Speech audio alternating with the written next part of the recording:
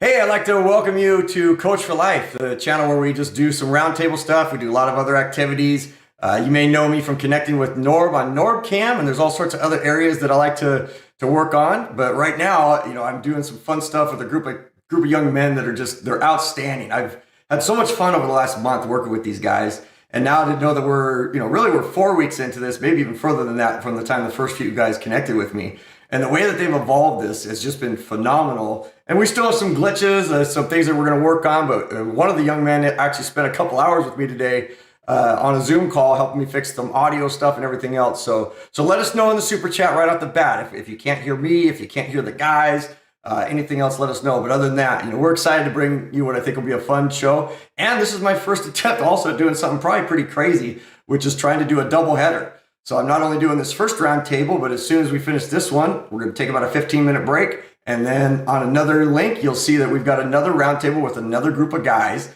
that are from all around the country as well. So super excited about that. So before I bring the guys in, I just want to mention a couple things. First off, you can see below me, I've got a group of logos that are down there. And those are the people that have been supporting me, really, but they're also supporting these guys that are coming on next. And they've been doing it from day one, starting with Norb and Norbcam. If you follow Norbcam, if you're a fan of his, welcome to Coach for Life. But I hope you continue to support what he's doing, because if it wasn't for Norb, none of us would be here in terms of myself and the guys that are helping us. So really appreciate what Norb's done there as well.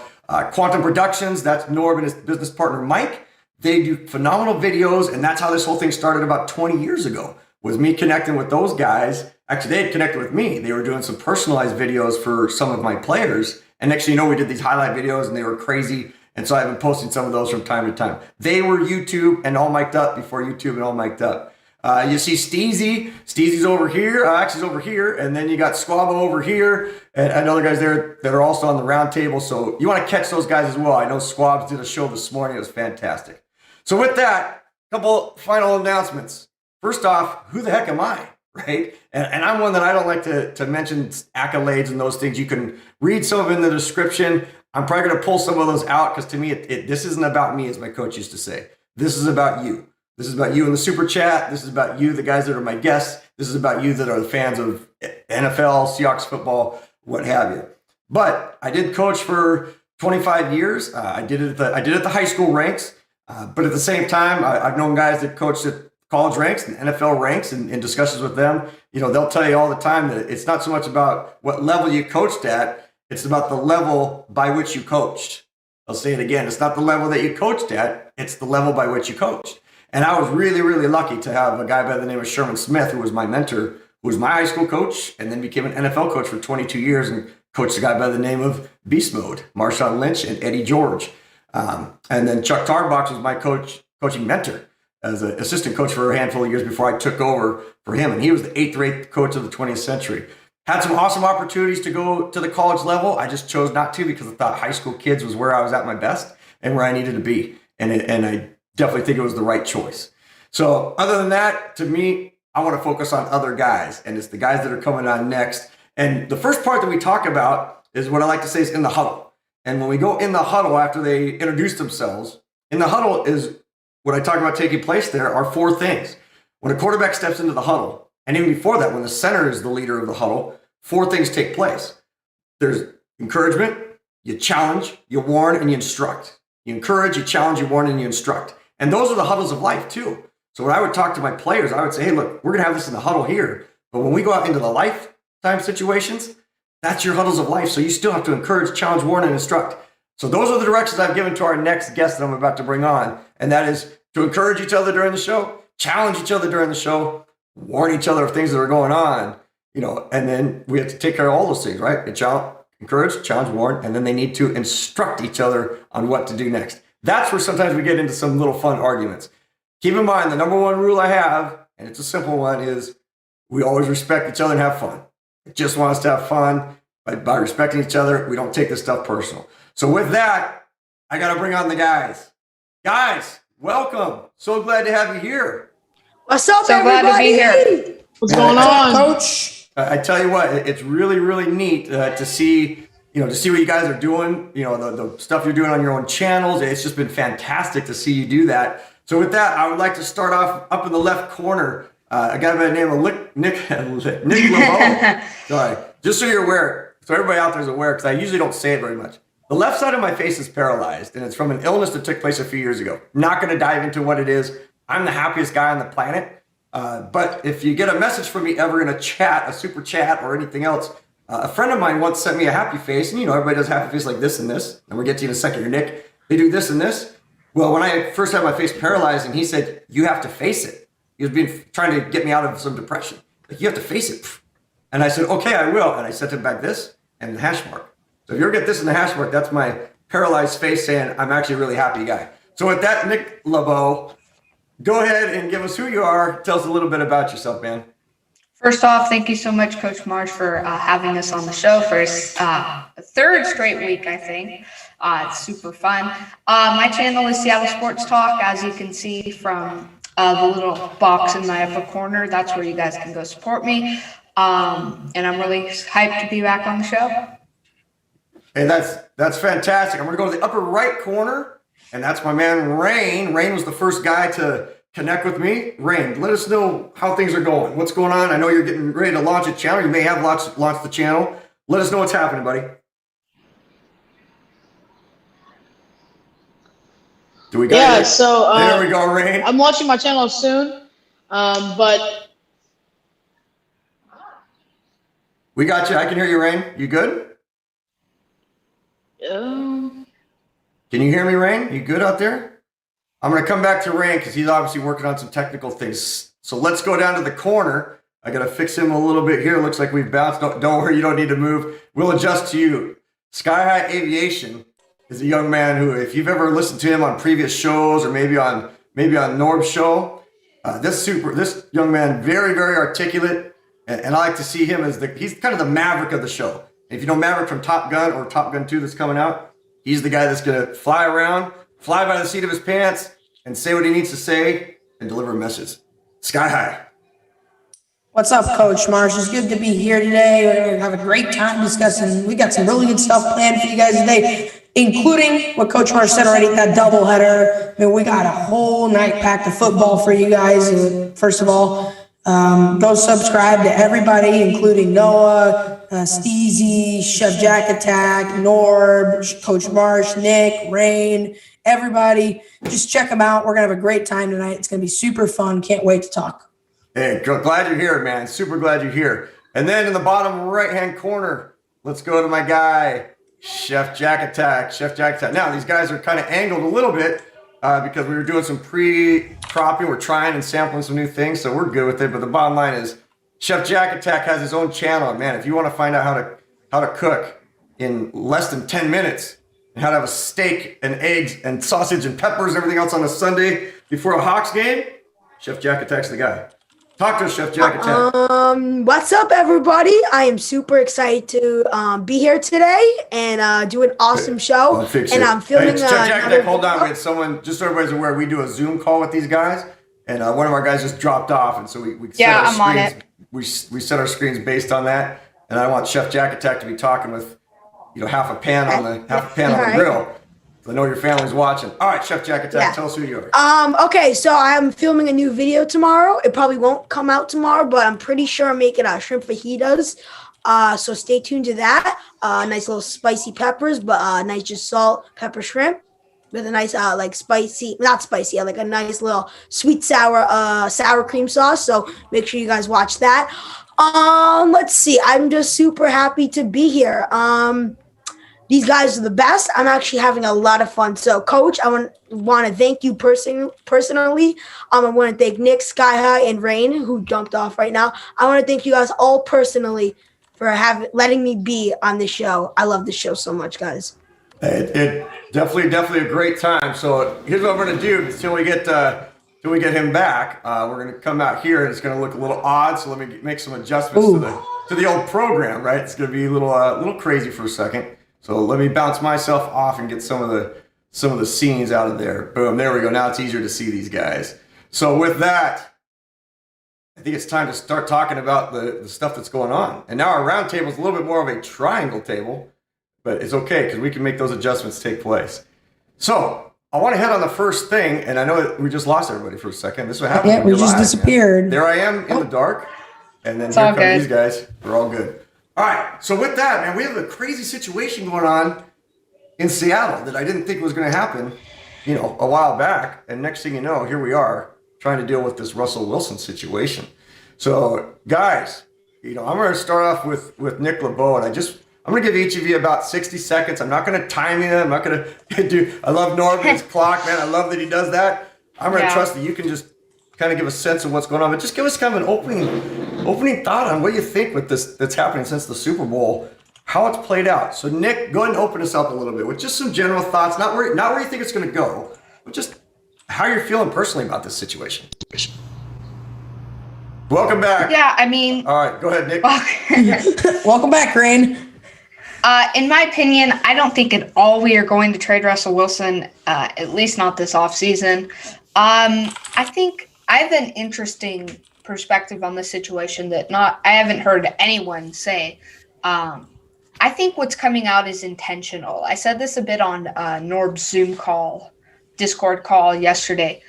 But I think he wants what's coming out public, like I'm not really happy. I think we need to get more guys. I want more say. I think he's making that come out intentionally because he wants to push the Seahawks into a back corner where they go all in this season. And the reason he wants to do that is because I think Russell Wilson believes that this year is the last year that we can really get into that Super Bowl window for a while. And I'm not saying a while in like 20, 30 years, but a while in like 10, 15. Unless we have spectacular drafts and everything just falls in the right places. So that's what I think is going on with Russ. Yeah, that's a great opening take, and I know you've said that a few times. I got something here. Well, let's go for it. It's a Chef Jack attack. Okay, let's ready? hear it, man. Let's hear it. Let's say this. While you're talking, I'm going to be moving you guys around because you're personalized Okay. here based on where you are now. So go ahead. Okay. We're not going to lose sight of you, though. Nick, I agree with you. It is intentionally, and it comes to the Tom Brady situation. He leaves his team that he's been with for 20 years, goes to a new team, and he has a say in things. Like go get Gronk, go get my O-line. Stuff like that. Russell Wilson doesn't have that. Only if he can have a little bit of that. That will be really big. I mean, he's a star. He's a top 5 quarterback in the league. And remember, Coach Strite on fire, the number 1 quarterback in the league. So, I mean, he can't have a little say in things. Seahawks, you are ruining your relationship with Russell Wilson. You are ruining it. Okay, don't take it for granted. This dude has done so much for you. He's sacrificed everything for you. Let him have his say in things. Don't let your ego get in the way. Okay? Jack? He's a quarterback. Let him have say in things. He hasn't sacrificed anything. The cap, Hold on. Ready? Rain, Here. hold on now. Now, Rain. Hold on. Chef Jack attack. Hold on now. Rain, you can't go to the sidelines to find your Skittles or something else and then come all of a sudden just insert yourself into the game. You got to wait till Coach here sends you into the game, buddy. So just hold. I know you're anxious, but Chef Jack attack, like you don't see, someone run off the sideline when Metcalf's going up for a catch, right? Like we would want that to happen. So I know you're excited to say something, but Chef Jack attack, you have about 10 more seconds to finish your point, but don't give it all away because we still have some show to do. Dylan, I know. Dylan, you just said, what did you just say? You said that he hasn't sacrificed anything. He has, but not. What has he sacrificed? Okay, well, I mean, listen, he doesn't have a say in things, and he's put up with that for 10 years. He has not had a say in anything. He has put up with that for 10 years. I know he gets paid $1 million.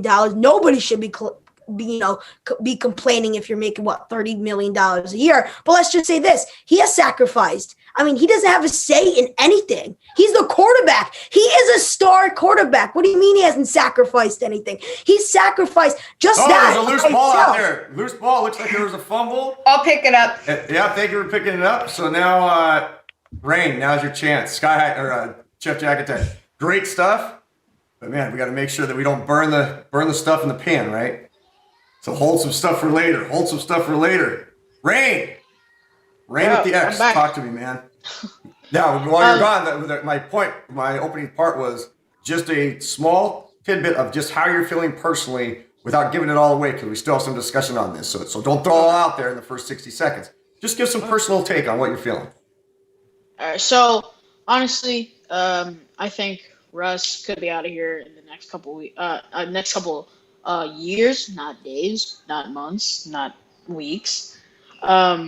So I think he should stay with us, because if we find a way to, I'm pretty sure Thomas F. in Squabo's stream earlier today stated that if we can get the pieces that we can in free agency, and the pieces that Russ likes, and the pieces that Russ has word on, I think we'd be in good shape. If we get Corey Linsley, sign him to like a, I wouldn't say like a, but like a $10 million, $12 million deal, So we'd be Rain, helping that hold O-line. on, Rain. Don't give away.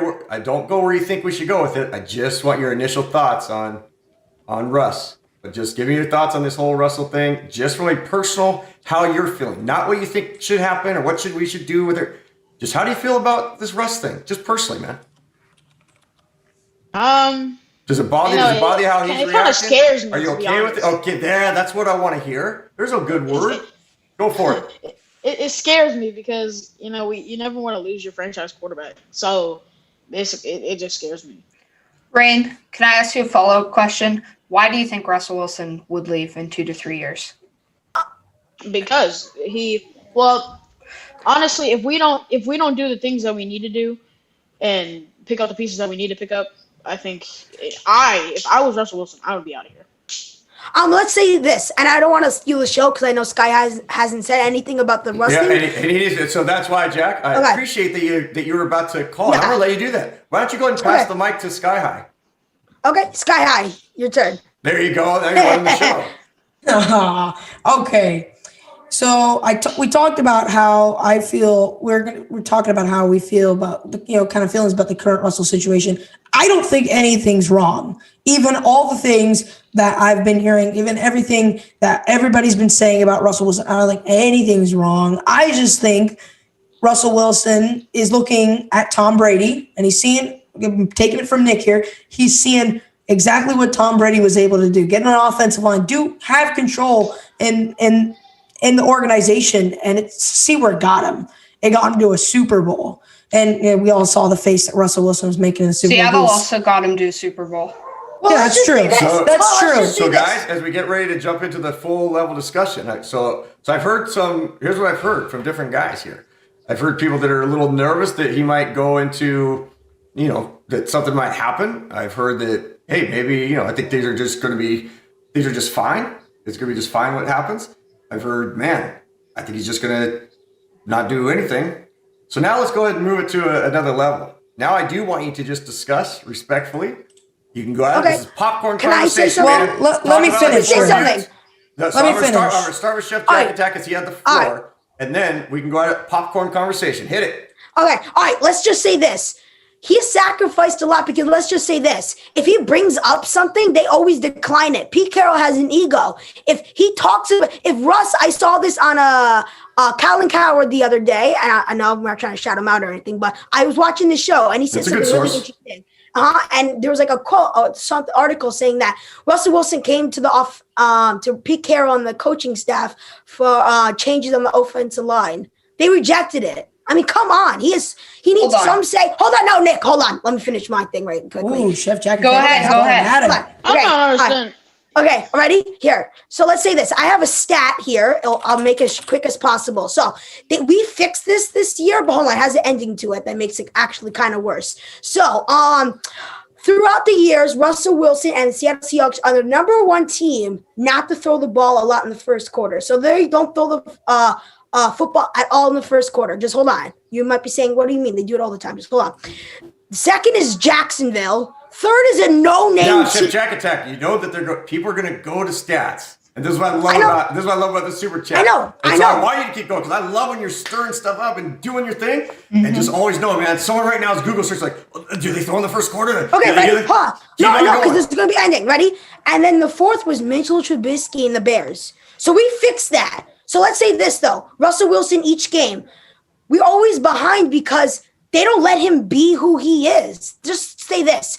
when they're down and in the second half, everybody's like, well, I guess we got to look to our star. And then Russell, I mean, just do you. But that can't be like that each game. And now we fix that. Now we are throwing the ball a little too much, actually. But let's say this.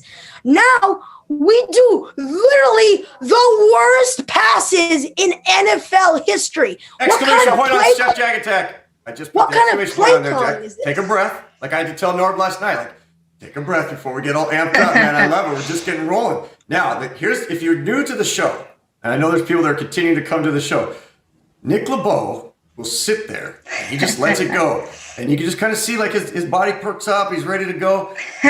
He just all of a sudden waits. And then boom, he lets it out. So Nick Lebeau, man, I got to give it to you. And then Sky High, I know I meant to say you had the floor. No, I know Sky High had the floor at the end, but I accidentally said Chef Jag Attack. So Sky, I appreciate that you're being patient with regards to things. But Nick Lebeau, go ahead and say your thing, and then we'll bounce around. Jack, what you said at the very beginning.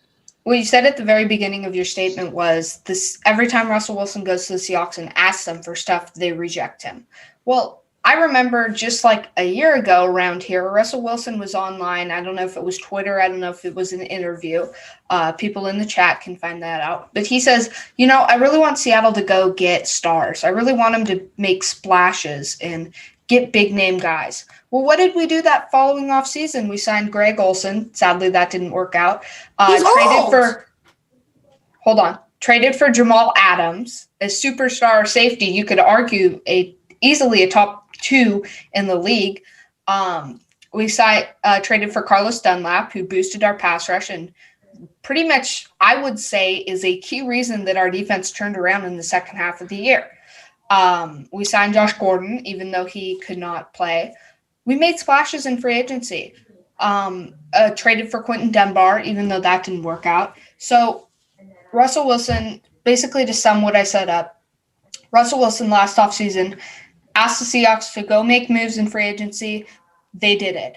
So Russell Wilson is not getting declined at every move by the Seahawks whenever he asks them for stuff.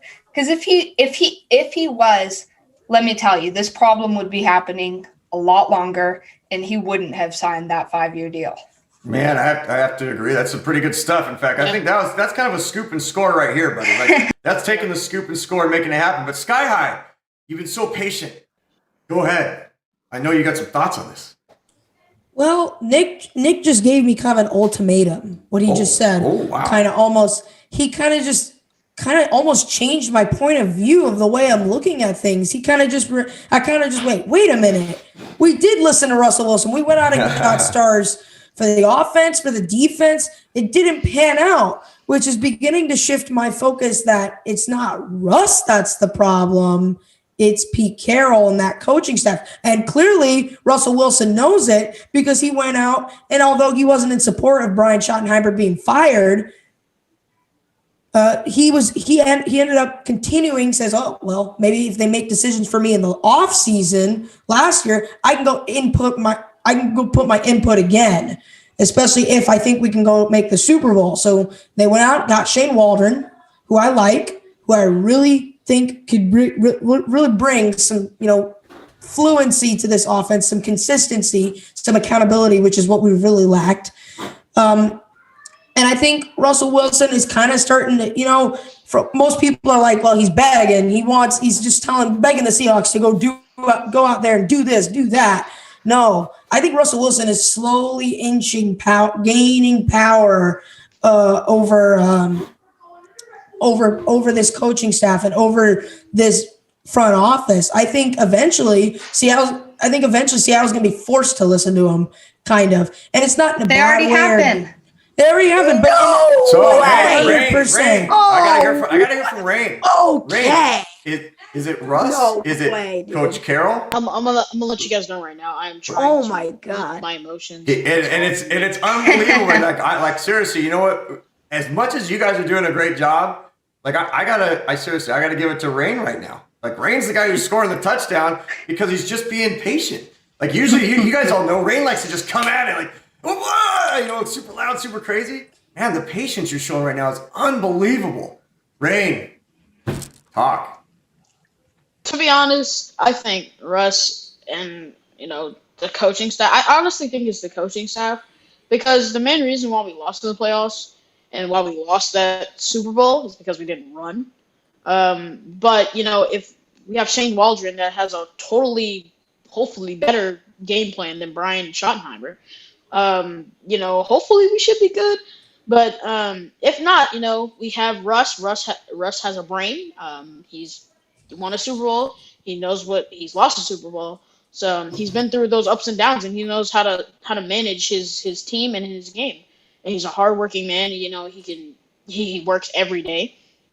And I think I'm on Nick Lebeau's side because I do agree with what all he was saying about we have been listening to Russ, but the stuff that the quarterback can make decisions, but then whoever franchise it is, it's different.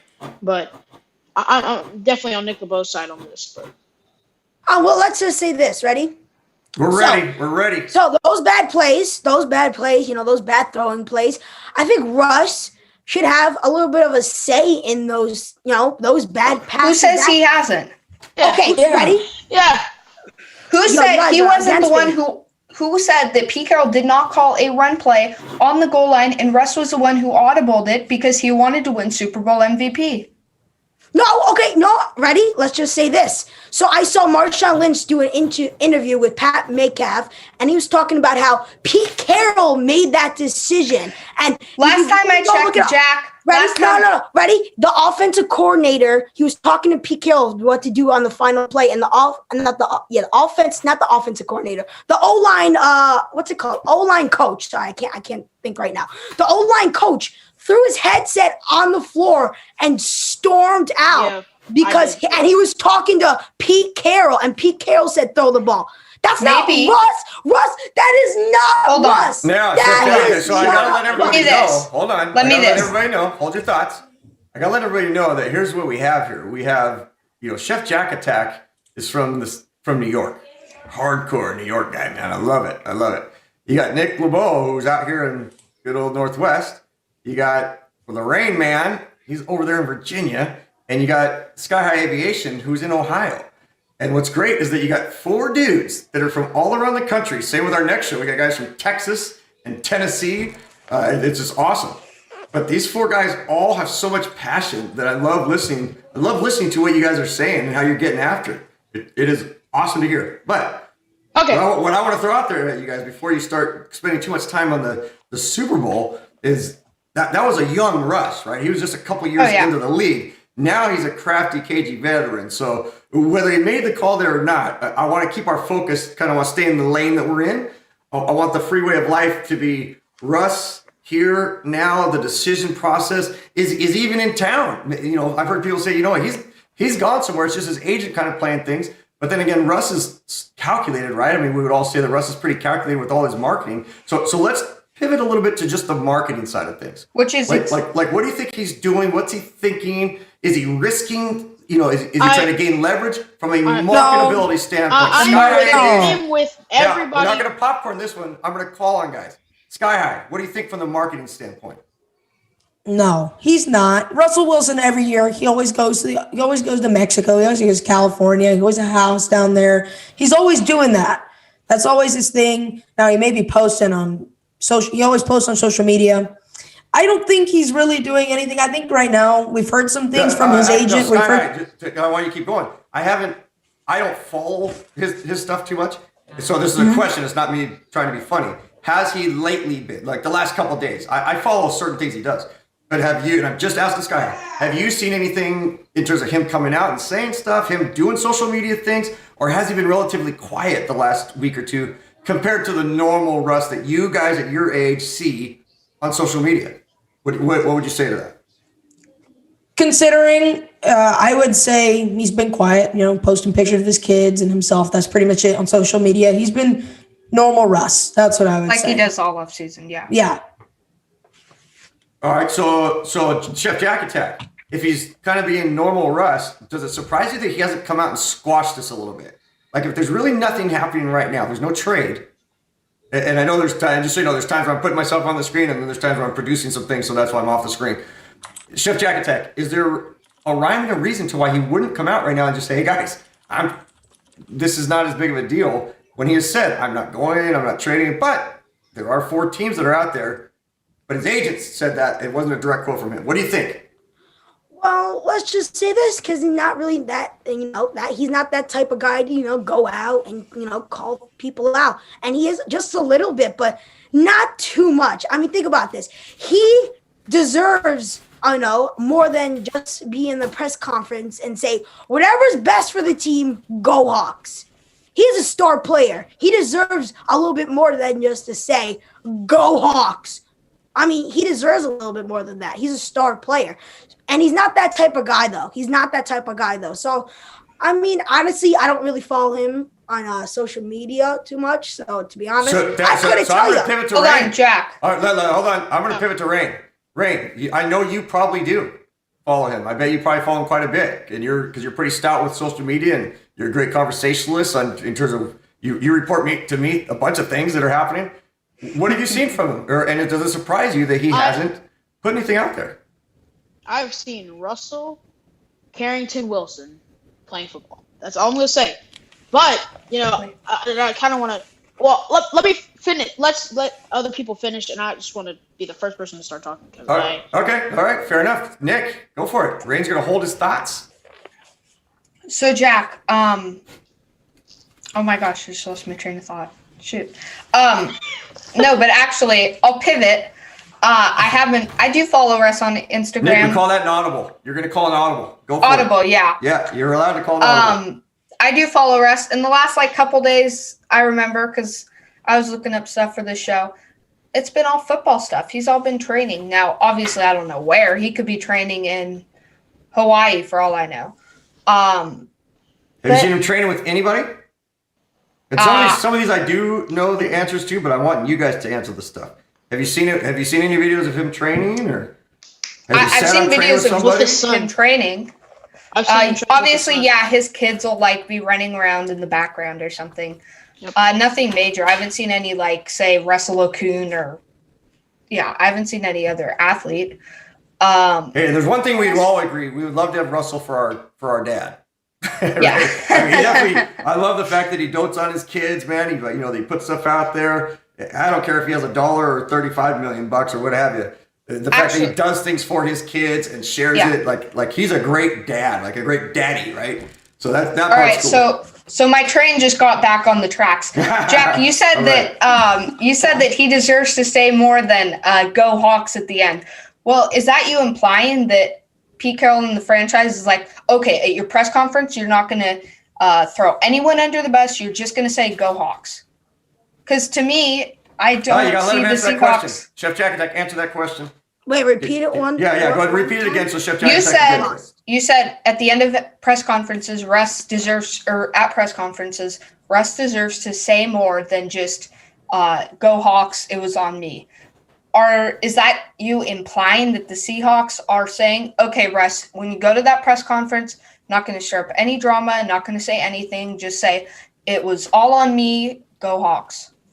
I'm not saying they do that. I'm saying that's his choice because he's a good guy. But I'm saying that, and I'm not saying the Seahawks, say that. I mean, they might. I mean, who knows? I mean, we'll never know.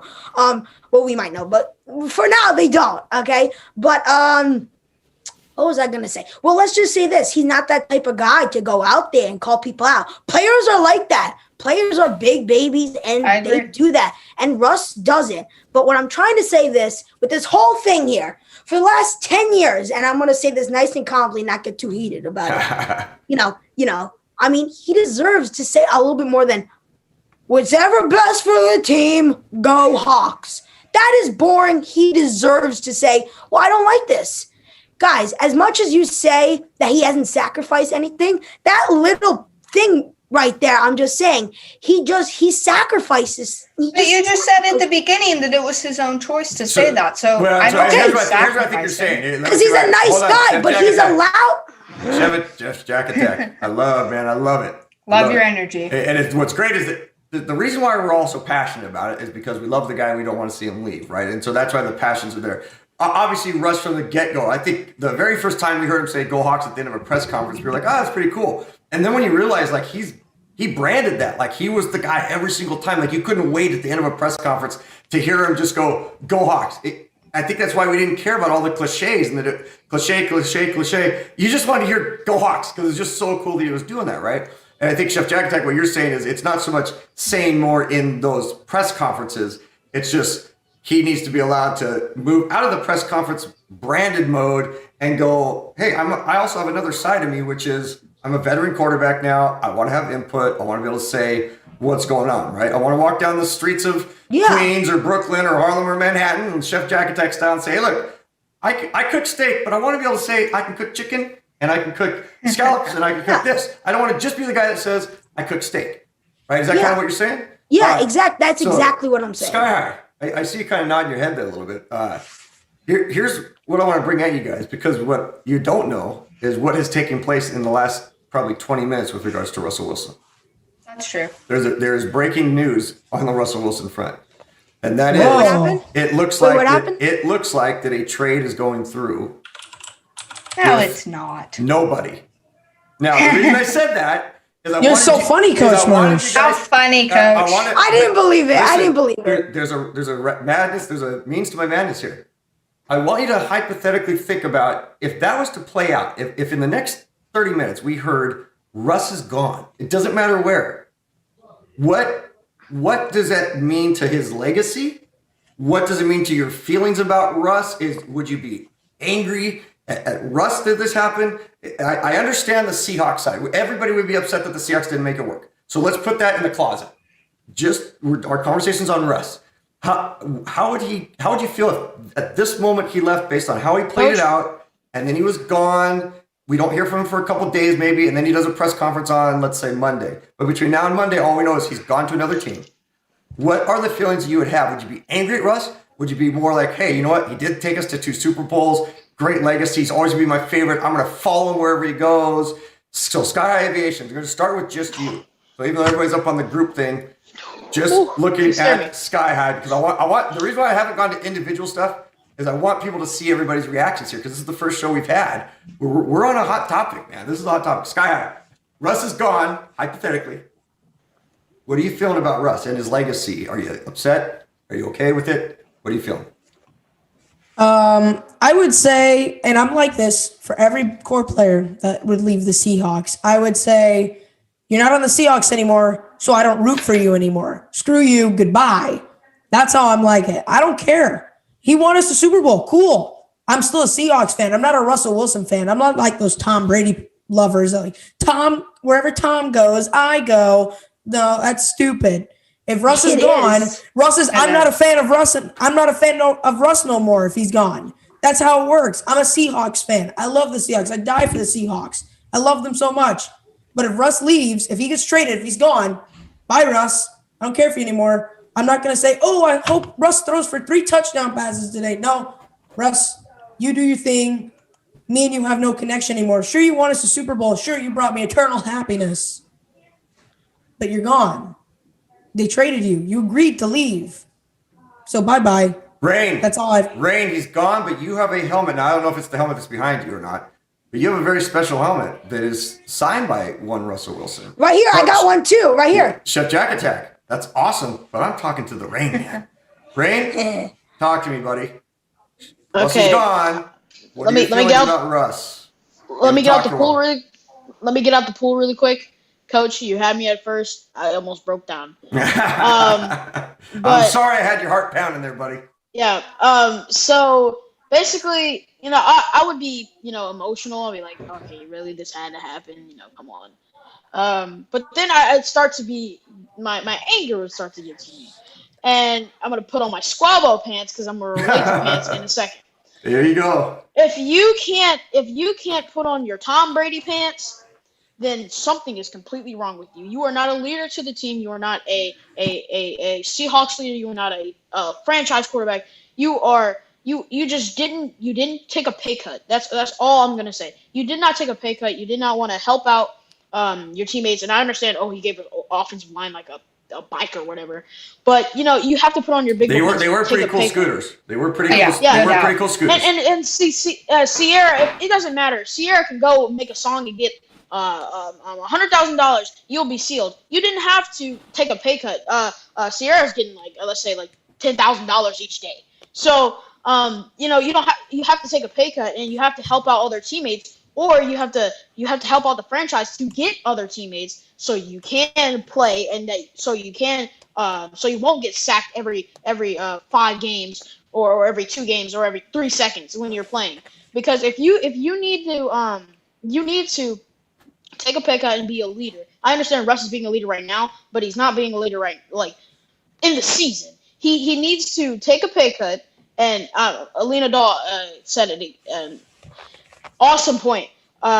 She said he just needs to take a pay cut. If he can take like a 10 mil, or I know 10 mil's a lot, but like if he can take some sort of pay cut, that would be great, and they will help us get Corey Lindsey, other players that are out there. I heard OBJ trade, so if we can get other stuff like that, you know, I would be totally fine. And so, Ray, I do have breaking news. I want to say something and come back to Ray. I have a comment too. Now, Nick, if you try to come with some sort of scary thing, like I think the super chat already was freaking out. Like, hey, don't you dare, shock Nick. things. I'm not. I want to stay with what Rain says here for a second, because I think he brings up an excellent point that a lot of people they come at it at Tom Brady, but they don't. I don't think they come at it in a way that people understand, or they don't articulate it the way that they're trying to mean it.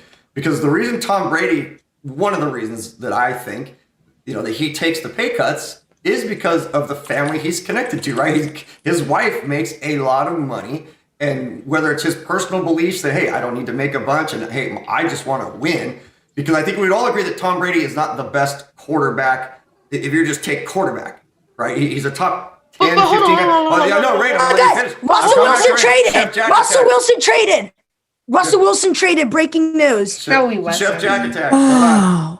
Chef, don't you dare. Nah, just kidding. I actually have breaking news. Chef, you just got me scared. I'm coming to Rain.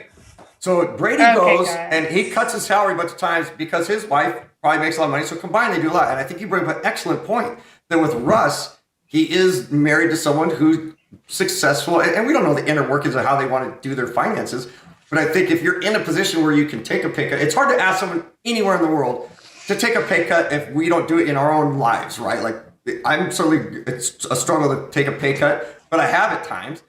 But I think when someone's making his type of money and he's married to someone who's making a lot of money, and you hope that they're believing they're going to stay together because of their spiritual bond and stuff, they'd be like, hey, Russ, like, practice what you preach, and you want to be like Tom, but here's what you got to do to get there. Or as the flip side, Rain, that he sees a Patrick Mahomes get $500 million and right now has gone to 2 Super Bowls, but he's done the win-loss thing like Russ has done.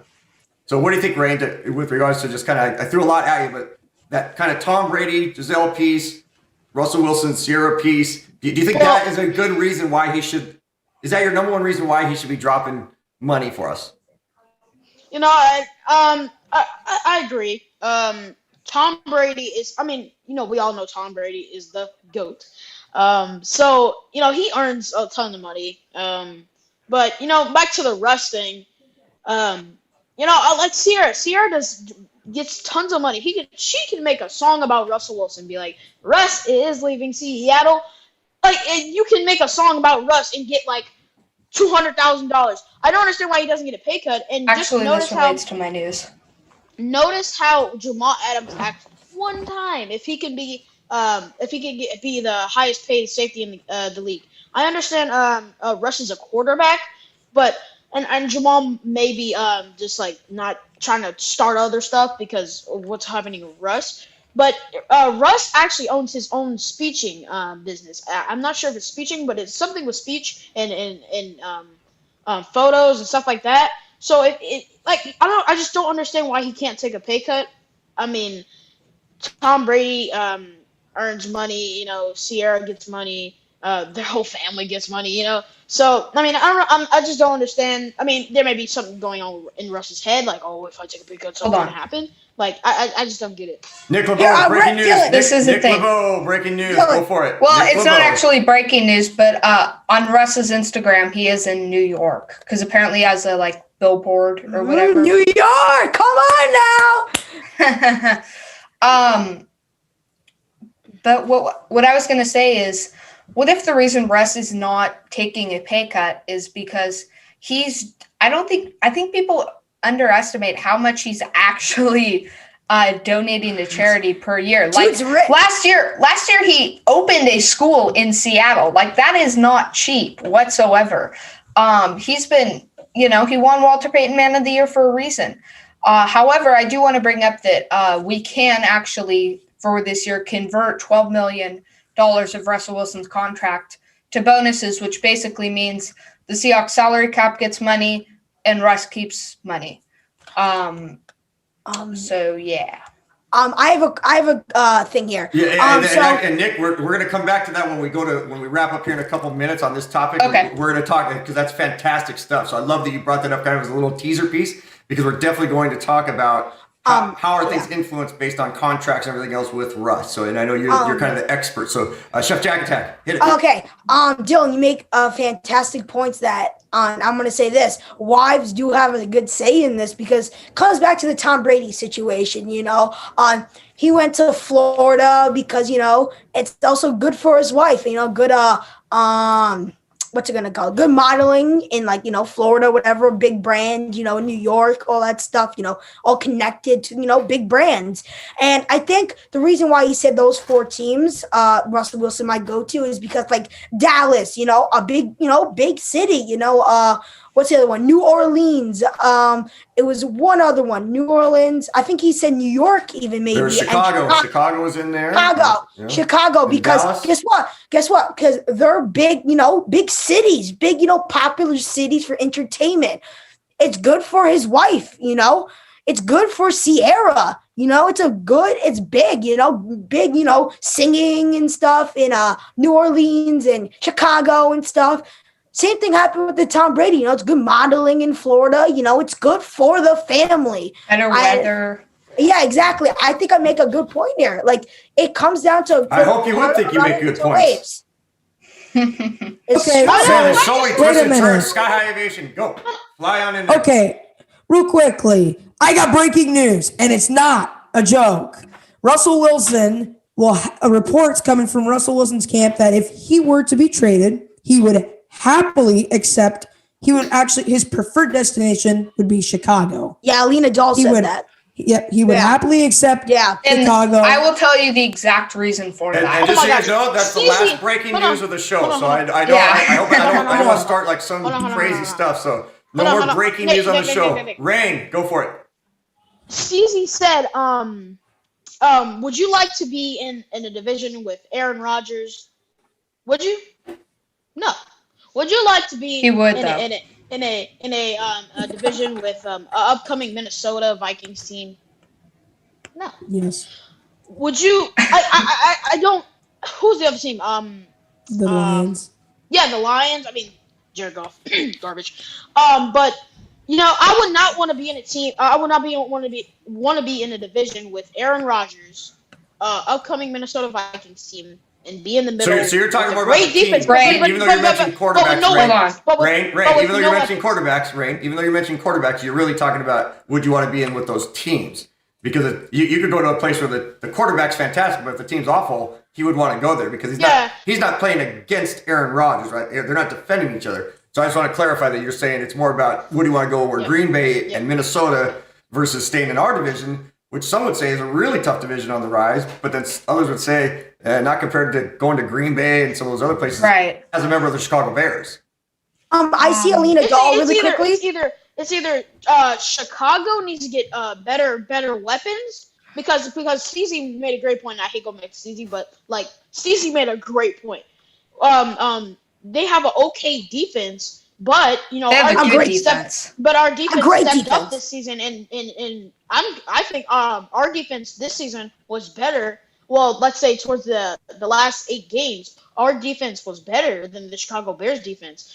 But I would not, like I said, I would not want to be in a division with Aaron Rodgers, and because I have a decent defense. Hold on, I have a decent defense, and there's no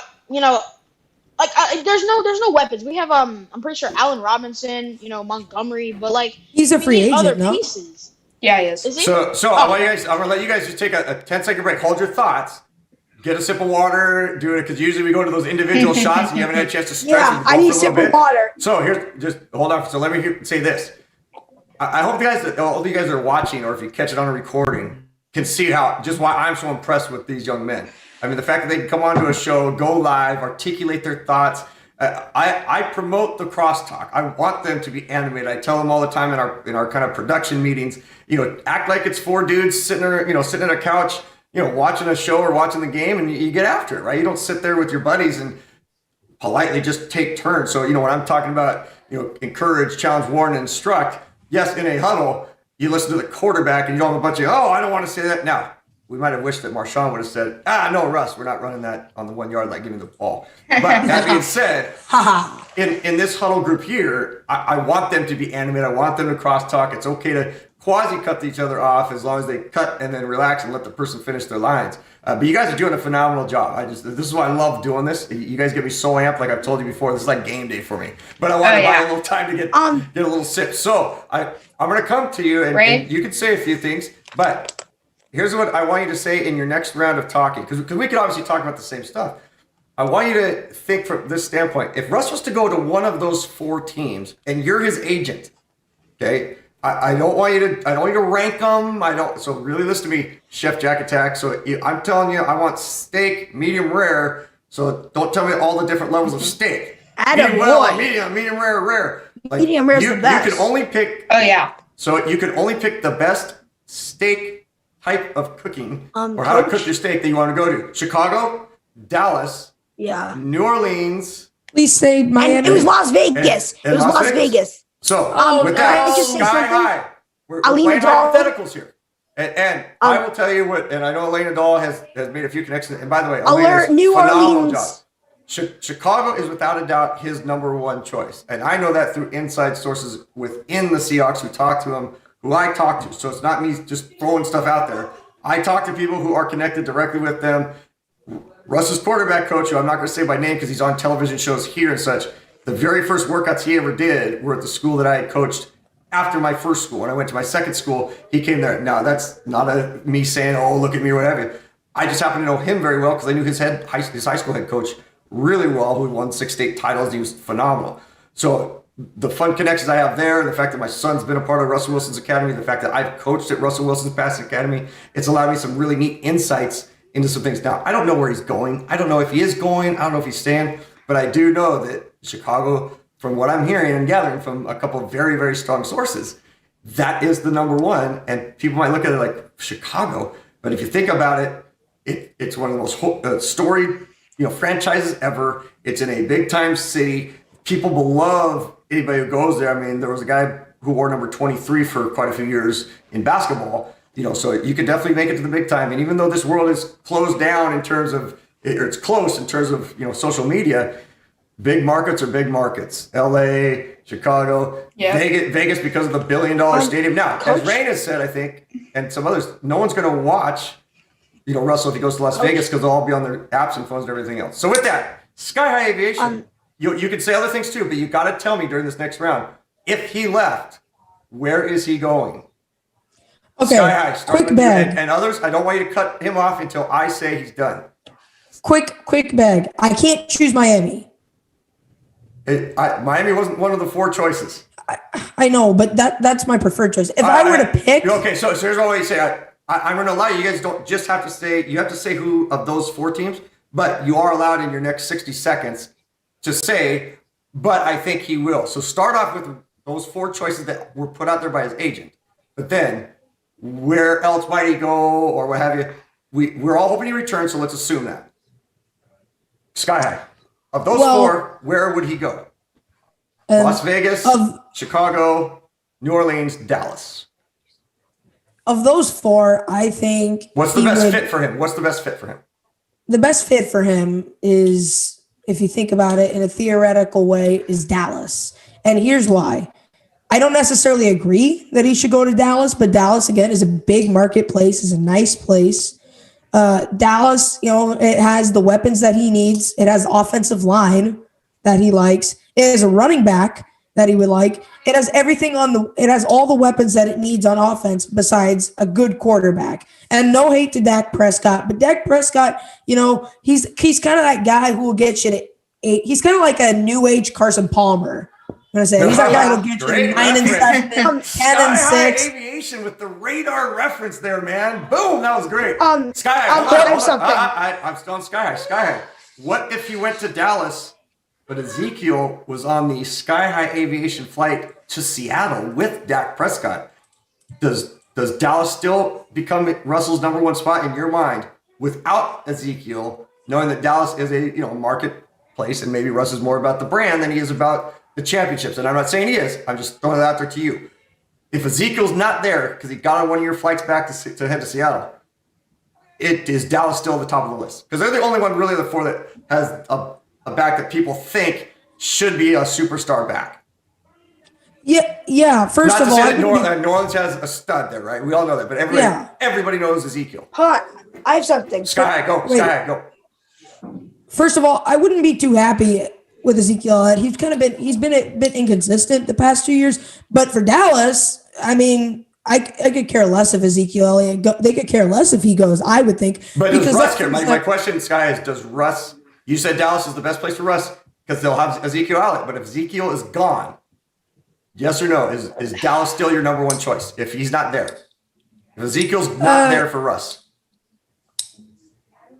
Yes, still, because Dallas has depth at running back. I do agree with that. Dallas Pollard. I've seen a lot of great things out of Tony Pollard. I have a neighbor, one of my neighbors, is a diehard Cowboys fan. He thinks the Cowboys should drop Ezekiel Elliott. Just trade him. So pivot to Miami. You got 10 seconds on why Miami. Okay, so if you go to Miami, Sierra, Miami was an amazing place. First of all, then the price is 3 first-round picks. We would get Tua, probably a couple other picks, plus the 3 first-round picks, including their top 2 picks this year, which means they would have to be the draft. The draft would have to happen before the draft, or the trade would have to happen during the draft or before the draft. So that's what I'm saying. I think Miami, just to quickly put I love it. And we'd actually get to, for the first time in a while, Chef Jack Attack, hold on, for the first time in a while, we'd actually get to watch the first few hours of a draft. Chef Jack Attack. We're going to listen to Nick Lebeau now. Go, Nick Lebeau. Okay, but If I'm Russell Wilson's agent, my first place to go is Chicago. Now, Rain, in your last statement, you said, I don't want to play Aaron Rodgers and the Packers and Jared Goff and Minnesota. Well, I didn't say Jared Goff. Jared Goff's trash. Yeah. But Nick Lebeau, keep going. Nick Lebeau, keep going. You got the floor. I would rather play those teams than the Arizona Cardinals with stacked Kyler Murray and D-Hop, the Rams with their star-studded defense and Matthew Stafford, and the 49ers with their superstar defense in a power run game or speed run game. I think Chicago or a would powerfully speedy run game or a very speedy, powerful run game. Yes. Go ahead. I would love Chicago. I'd probably I wouldn't say I'd root for Chicago if Russ was there, but I'd respect him a lot more. I think we could get a lot back from Chicago. We could get their first-round picks, a young upcoming corner in Jalen Johnson.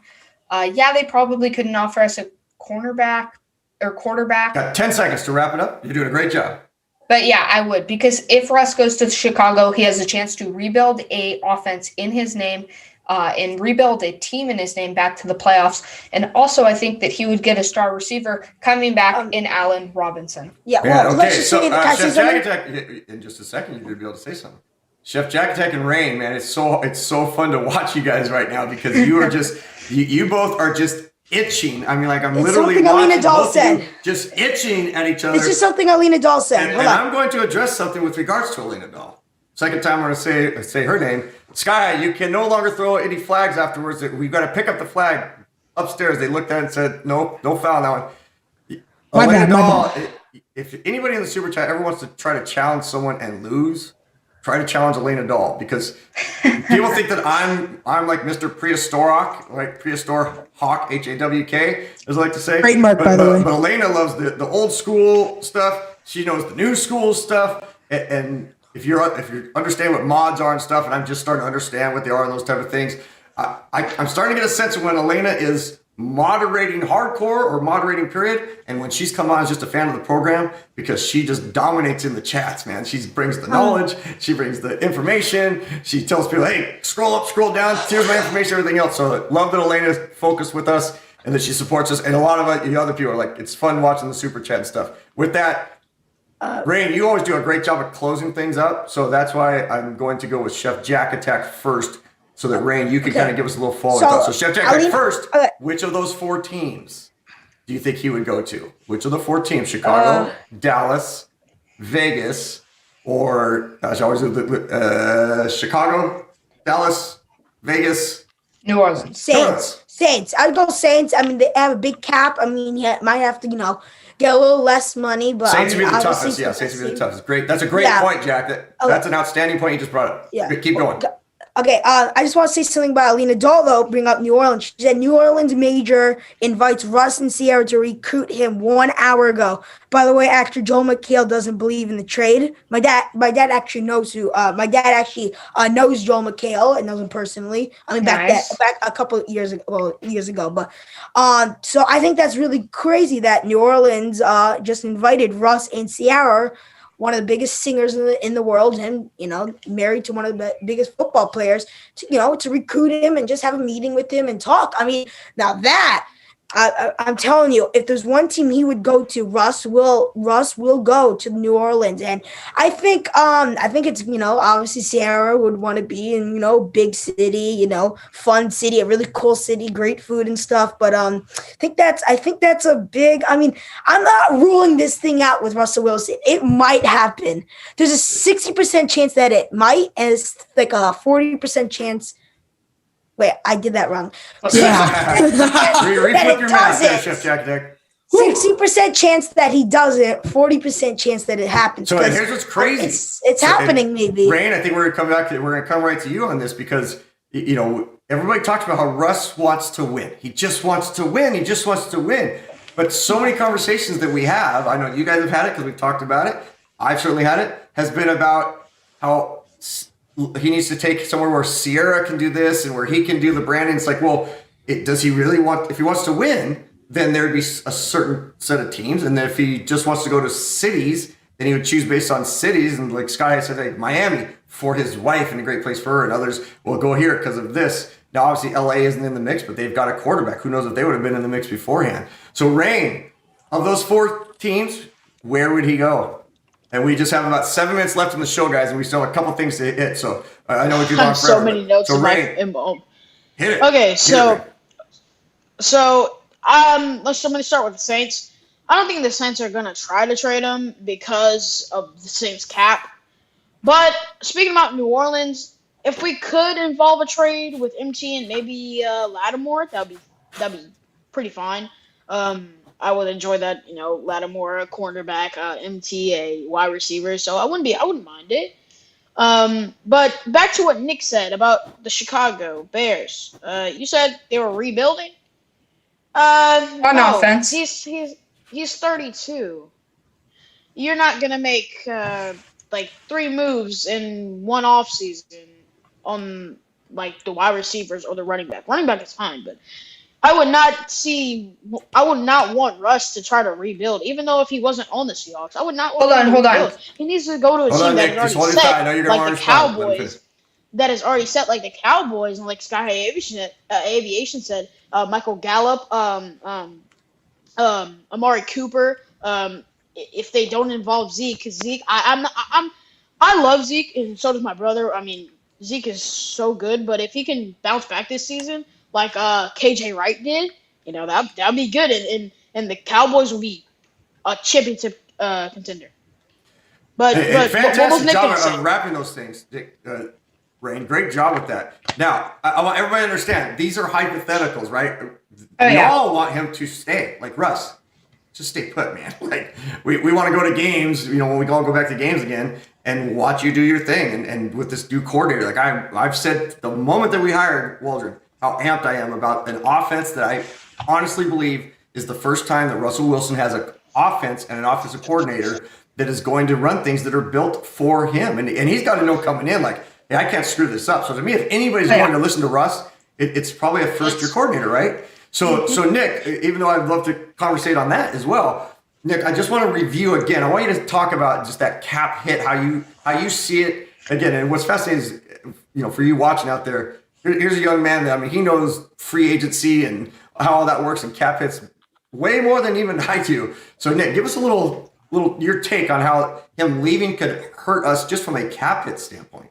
Well, it no doubt hurts us it no doubt hurts us. It 100% hurts us. If you trade Russell Wilson to any team, no matter who you get back, you still incur a $30 million debt. And that's just for this explain year. That. Can you kind of do you understand well enough to kind of explain? Like, people are gonna be like, well, wait a minute. If we traded, why do we have debt on him? Like, why do we owe money? Basically, because we signed him to a long-term, $150 million deal? Yeah, pretty close. Yeah. Around there, yeah. So whenever you trade or release someone that hasn't finished up their contract that they agreed with you, that team gets what's called dead cap, which is basically cap that needs to be paid off. So it's debt that has to be paid off. You get debt cap is debt that has to be paid off. Go ahead, keep going. Give us a little bit more. And that's basically it. It's just dead cap that has to be paid off. Yeah. Can I say something here? Yeah. So you got I'm going to literally give you 30 seconds, Jack, and everybody else. So Jack, hold on, Jack. Oh, sorry. Jack. Like, you said 30 seconds. I know, but I haven't started your 30 seconds yet. So before you get everything ready to stir fry, but don't start cooking yet. Don't start cooking. It's all right there. So you guys got about 30 seconds. I'm gonna literally cut you off at the 30-second point. So have your point ready of just your final thoughts on this Russ thing. How is it going to play out over the next week or so, or just your feelings, whatever you want to say. You got 30 seconds, and then we're gonna finish up with the other topic that's just a brief topic, but it's definitely something we have to talk about because it's related to Russ, because it has to do with one of the linemen. So, Chef Jack, 30 seconds, grill away. Okay, so let's make a scenario. Saints, Russ, it would be great for Russ. The Seahawks would probably get, Michael Thomas or Alvin Kamara. Obviously not Alvin Kamara. I don't think so. But we'd probably get Michael Thomas. But who would really be our quarterback? Jameis Winston, Pete Carroll hates turnovers. Jameis Winston, that would not work. Taysom Hill, I don't know. I don't want him to be my QB. So we have to be careful here. We can't be with the, Philadelphia kind of situation. We trade Carson Wentz away. Now we really don't have a quarterback. We just have a really young quarterback right now. So I don't know what to do. I actually don't know what to do with this Russ situation. I'm just throwing ideas out basically. But for Russ, it's the Saints, but for the Seahawks, it's not so good for the Saints. Jack, outstanding. Jack, that is the best 30 seconds I have heard you talk since I've met you. And I'm not saying outside. I'm talking on these shows. Just great job of wrapping it up and putting a little bow on your component of it. I'm going to bounce it to Rain. I'm going to come to you this time. Instead of closing you up this time. Go ahead. Just 30 seconds, whatever's on your heart, man. On Russ. You can even look right in the camera and say, Russ, don't go, man. Don't go. Yeah. Russ, please don't leave. Everyone would be, I'm sure, my brother is very toxic when it comes to that because he is a Steelers fan. And, he's like, oh, Russ is leaving. Yeah. No, Russ, please stay. Because if you don't, everyone. When Kobe died, sadly, Michael Jordan said, when he died, a piece of me died. So when he gets traded, a piece of me is going to get traded. So, I don't want Russ to live like that. Does that mean you're one of those wherever Russ goes, I go people? No. I'm saying but I do want. Hey, okay. Rain, I know what he means. Rain, I do want you to. That was definitely genuine. What I really liked about what I heard there is that if you listen to Rain talk about Russell Wilson, I think he says it the way all of us feel deep down. We're all anime and stuff, but Rain, you have such a genuine approach to things. So even the first time when we talked on the call and met your mom and everything else, you're just a dude's dude, right? You're just a guy that genuinely cares. But to hear it in your voice, it just sounds like you'd be so sad if he left. Yep. You love the guy. He's someone you aspire to be like. I've said many times I want my kids to aspire to be the type of guy that he seems to be with the, going to Children's Hospital and all these other things. I think that's why we love him so much, is we feel like he's our son, like he's our brother, he's our uncle, he's the guy that we've grown up with, and we just like, we kind of helped you get here, you helped us get there, we all got here together. So let's not have this thing end the way it ends so ugly in other spots. But Ray, man, I just gotta tell you, it's so cool the way you bring it up so genuinely. Sky high, and that doesn't mean you have to all of a sudden get, the way Ray. I love your own individualities here. 30 seconds. Tell us your thoughts. Anything you want to say with regards to Russ? I'm not going to be genuine. Yeah, you can say I'm not Russ. going to be Get out of genuine. here. I'm Russell you. stays. You say whatever you want. No, I'm not done with Russ. I love you, Russ, if you're watching. Stay, Russ. I mean, you've obviously won your first battle, I guess, if you want to call it. You've gotten your way with Shane Walden. You've gotten your way with Jamal Adams. You've gotten your way with all that. So let's keep the train going. But if you do get traded, Russ, I'm no longer a fan of you. I root against you, and kind of with that like screw you mentality. I'm like, I don't care anymore. So Russ, stay. That's all that matters. Just stay, calm down, do your thing. And all the media people need to shut up, because they keep scaring me every day when they're like, Russell Wilson could be gone in a matter of days. They're kind of stirring it. It's, all right, it's, Scott, it's Nick really Lebeau, just. I'm coming to you, Nick. 30 seconds, Listen. kind of the final thoughts, man. And you're the voice of reason here. So We've been spending. Talk to the people. Tell us what you think. How can we believe that this is going to work out? Go for it. We've been spending the last 20 or so minutes talking about where Russ could go, what we could get. But I'm going to tell you this. If we do trade Russ, God forbid, we don't just lose Russ. If we trade Russ, yeah, we get some players, yeah, we get some picks, but who knows if Jamal Adams will resign? Who knows if Bobby Wagner won't do the same and force himself out? Who knows if Carlos Dunlap will resign? Say LJ Collier already said it. Russ is our leader. Russ is our quarterback. What if he says at the end of his contract, I'm out, I'm done? Yeah. Dwayne Brown, what if he retires? Tyler Lockett, what if he says, I'm not coming here. I can go join Russ in Miami or Chicago or whatever.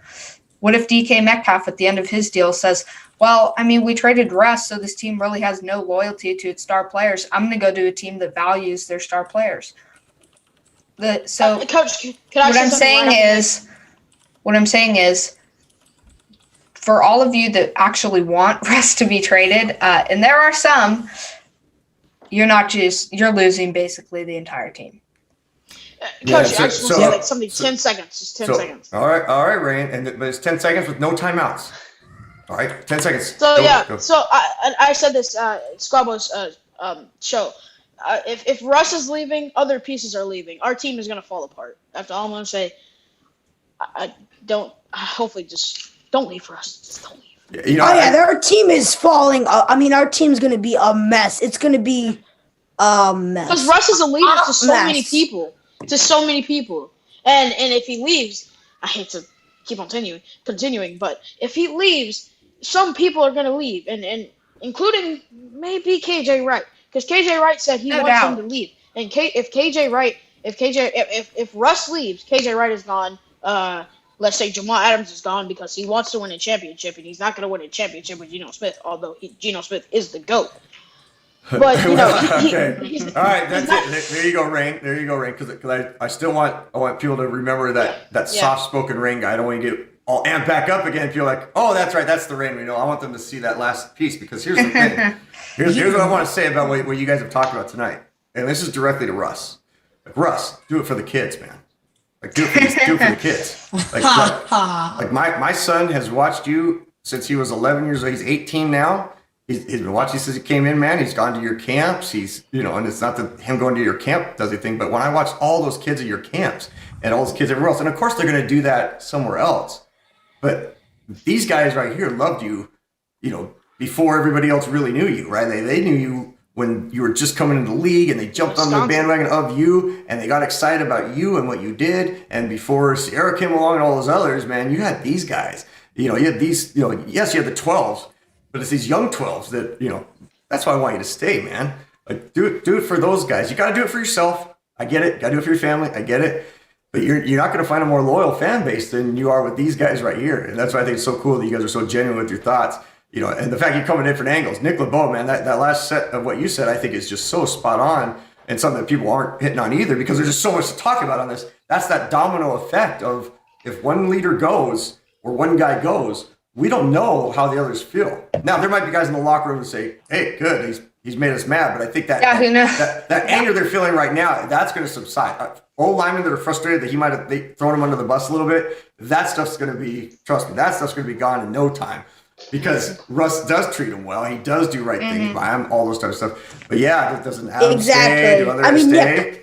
That was the best point. Thank you, Jack. It's a great That was job the best closing up. point. That was like the best point. Because we're going to have to get to a doubleheader here pretty soon, including one or two of you guys that are bouncing into the other show, which will start probably closer to 5:30 than will the 5:15 start. I do want to do a massive transition, which I know is hard because our heart's bleeding right now on the Russ front.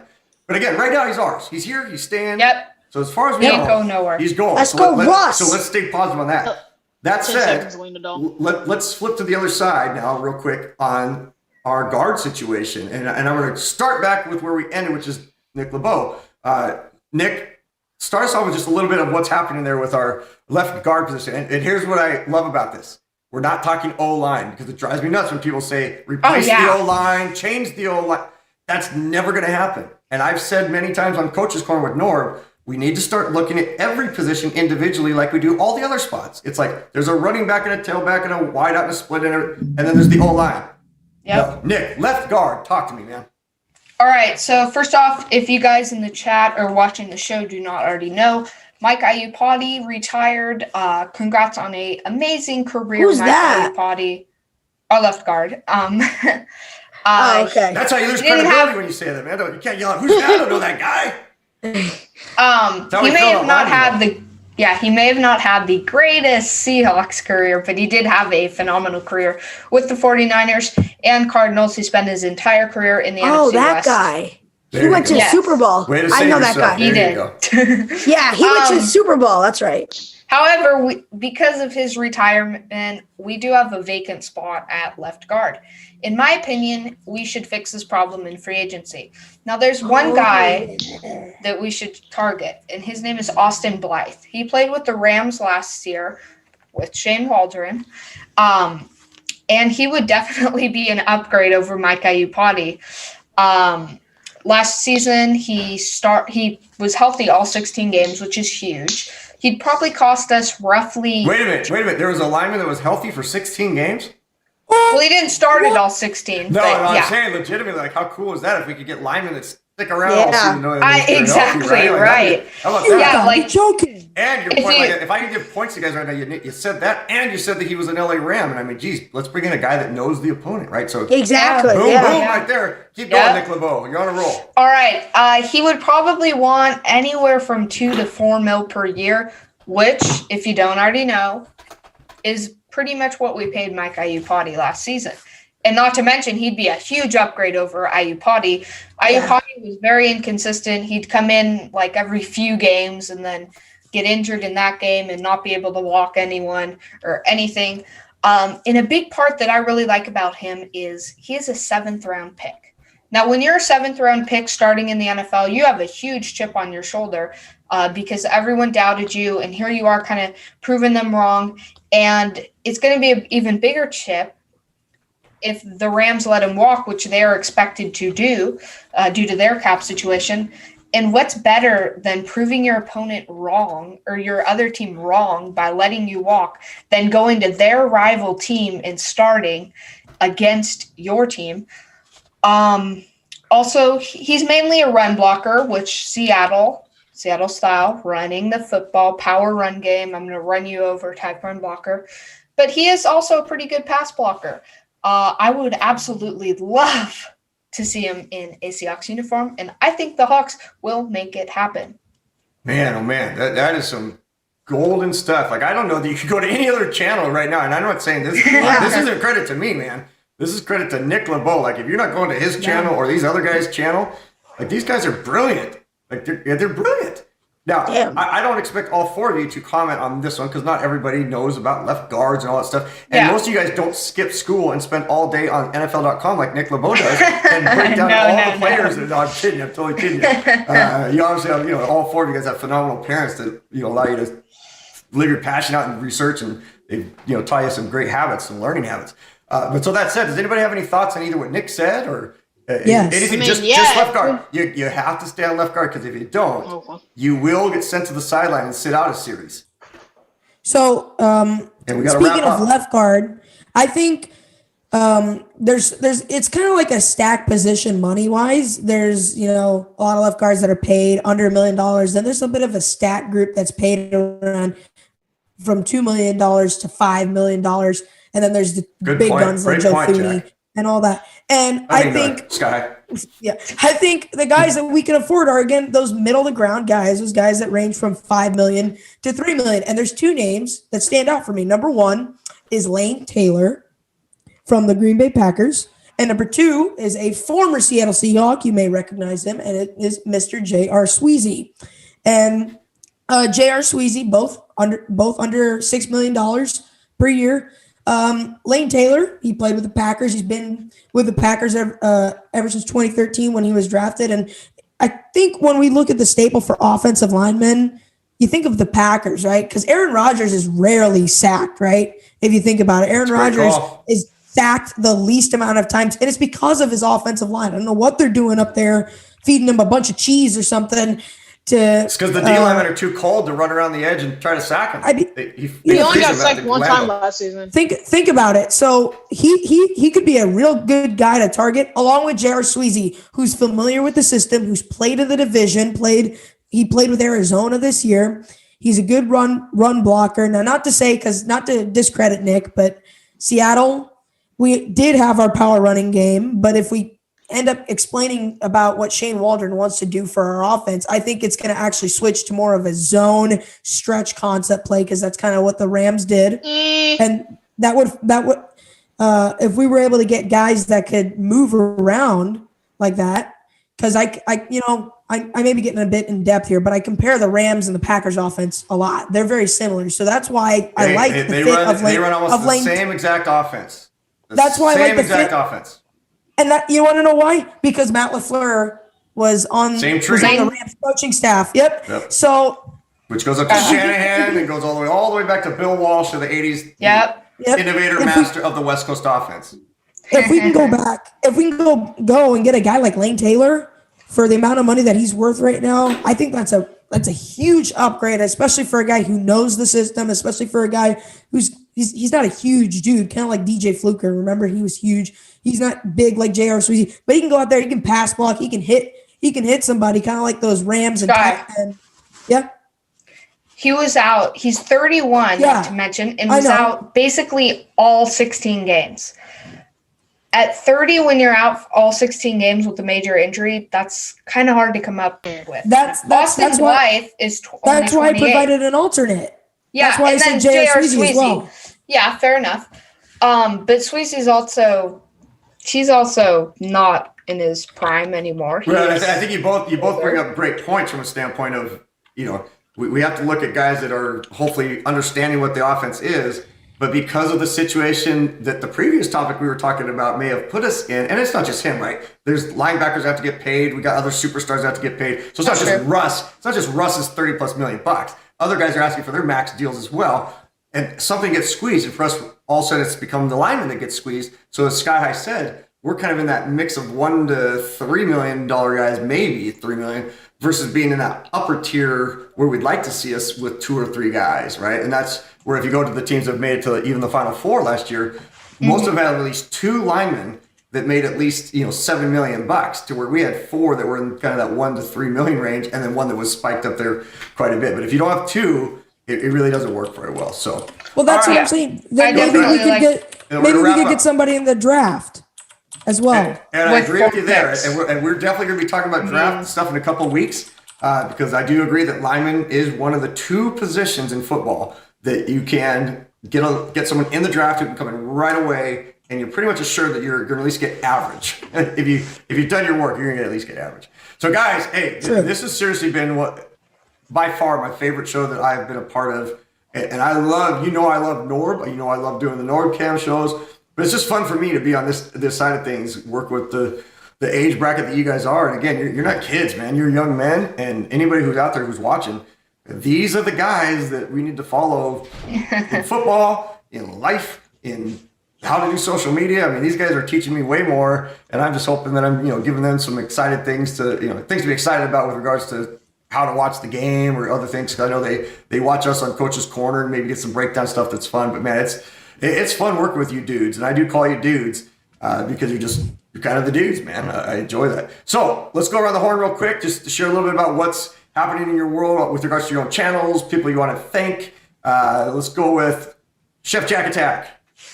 So I know Dylan's gonna probably want us to shout out the Discord. So go check out the Discord. I know he's giggling a little bit.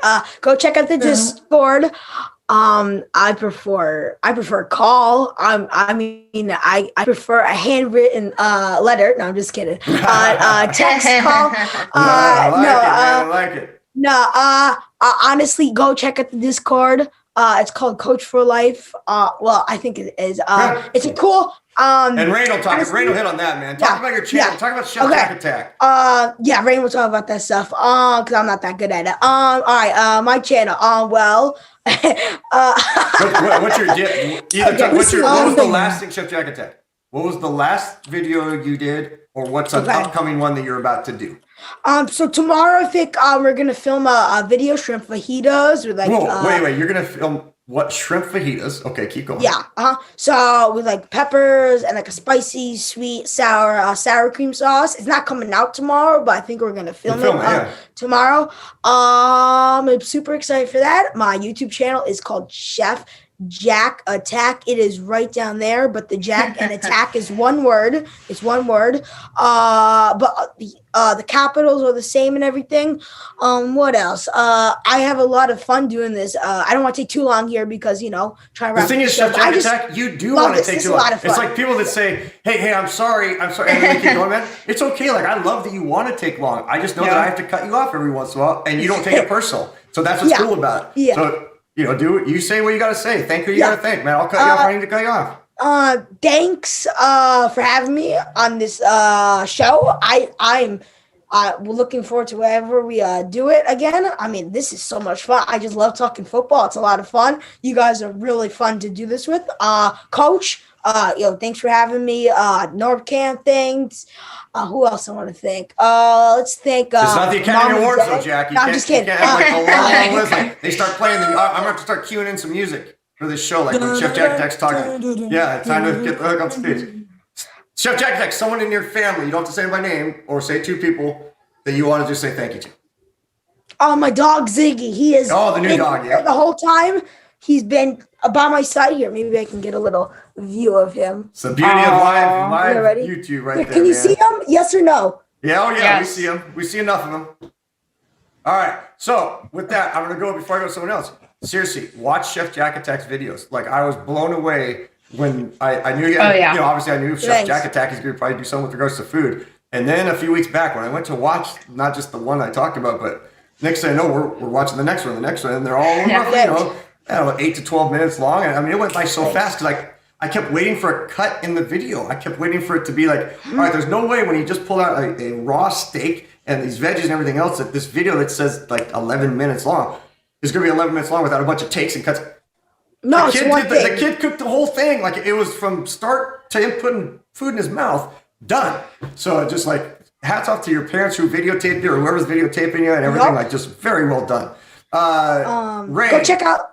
Go ahead. No, everyone else's channels. I just want to say, go check out everyone else's channels.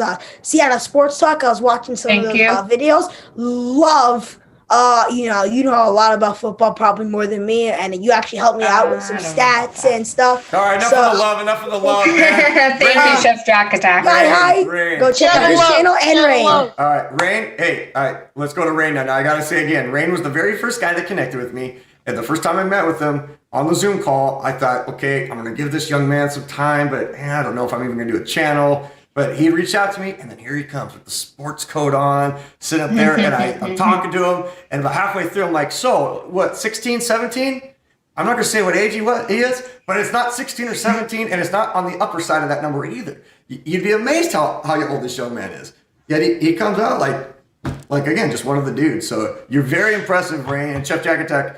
I could say the exact same stuff about you, man, about all you guys. But today I'm just going to do this on Rain because I'm so proud of you and the work that you do behind the scenes and the leadership you've taken on with the Discord and everything else. And I know you've gone through some tough stretches here with the Discord and people doing some things. And man, you're taking it like a soldier, dude.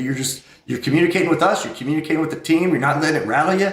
It's unbelievable. So I'm looking up to you, man. Like, just know that I'm looking up to you more than you're looking up to me. And I want you to know that. So Rain, tell us about your channel. Yeah, first I'm going to start off with, I'm going to end with the Discord. I'm going to start off with people. So, first of all, subscribe to this channel. This roundtable has been amazing. I can't wait for the next one. Subscribe to Chef Jack Attack. I actually watched the French toast, and I actually made it.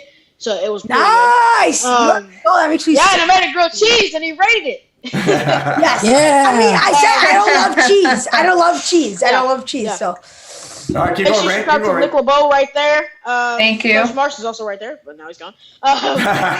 Subscribe to Sky High Aviation, and then lastly, please subscribe to me.